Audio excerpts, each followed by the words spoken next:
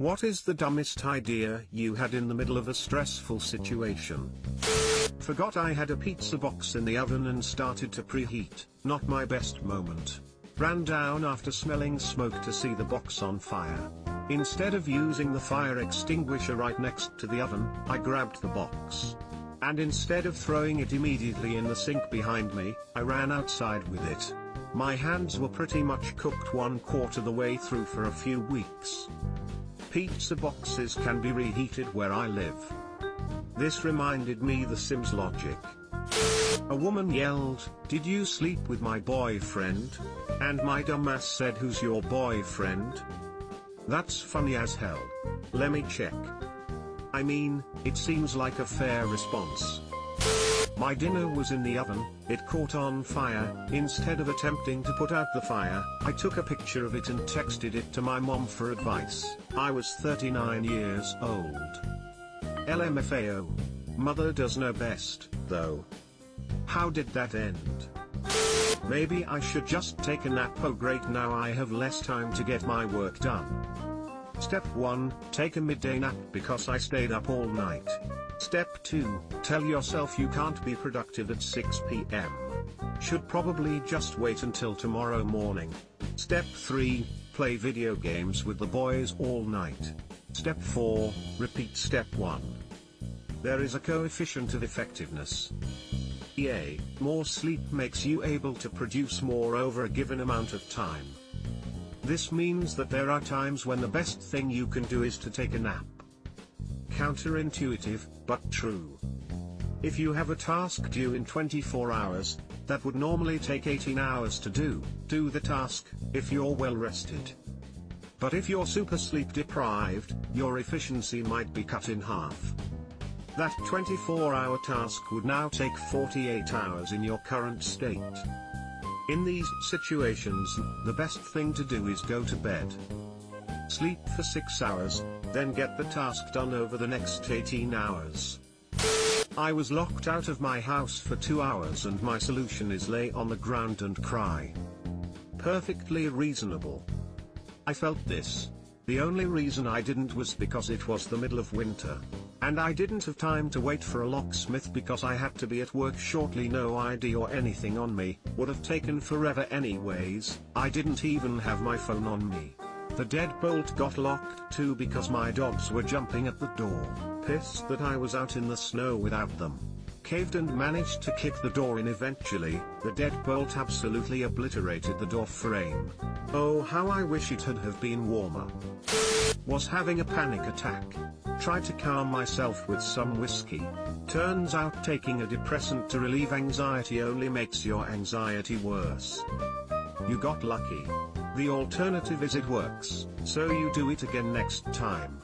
Slowly you come to depend on the whiskey to calm anxiety and you forget your other coping methods. You have anxiety anytime you're not drinking whiskey.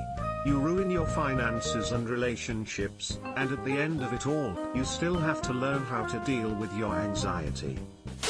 When I was a kid I was playing with matches in my room.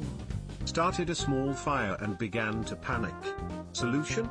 Direct the air from my fan towards the fire to blow it out. You can imagine how that went. Similar issue, but I stomped it out. Barefoot. Covered the melted carpet with a rug. Walked on the sides of my feet for a while, and my parents didn't find out for 20+ years. You just reminded me. I had a neighbor who casually told me the story that he started a fire in his closet on accident as a child. To hide it from his parents, he simply closed the closet door and went to play elsewhere. The entire building ended up being evacuated and burned down. Not sure if this counts. When I was a youngster this guy and I broke out of juvie during the night. I suggested we go to this park where there are usually people smoking weed. Nobody was there. Just 3 dudes off to the side. We went over to talk to them and after a bit we ended up snorting heroin for the first time. We both got really sick. Vomiting every 5 minutes. We were both in such bad shape with nowhere to go. We figured we only had one choice. We broke back into juvie. Never got caught. Was this the budget version of Logan Lucky? Did you feel anything? calling the police while getting mugged. I acted on it too. And got stabbed 3 times in the neck after doing so. Man, you should use your street smarts. First decision should always be to punch him in the throat. Step into your punch. Bitches can't stand when they're on the ground trying to breathe. I usually have the thoughts that jumping out the window would somehow help me. Instructions unclear, threw undercooked steak out the window. If it helps, this is a normal phenomenon named Call of the Void. I thought I was special crazy for having these thoughts. Turns out a lot of folks do. I can't tell you how many times in college I'd be walking to a midterm or final exam and think about stepping in front of a bus. It was more of an intrusive thought than an actual desire, but the idea was that the overwhelming anxiety I had about the upcoming exam could be instantly and permanently solved. Funny thing is I always did fairly well on tests. Mostly A's and B's. The stress and anxiety was completely unnecessary. That would be Call of the Void. You're not alone or rare in experiencing it, nor are you crazy. True. I'm in med school right now and it's arguably the hardest I've ever had to study in my whole life. But I'm way less stressed than I was in undergrad. I think the feeling of knowing that you've made it takes a lot of the pressure off of you. But in undergrad you're competing with 300 other pre-med students for like 30 med school spots and you constantly have self-doubt and feelings of imposter syndrome.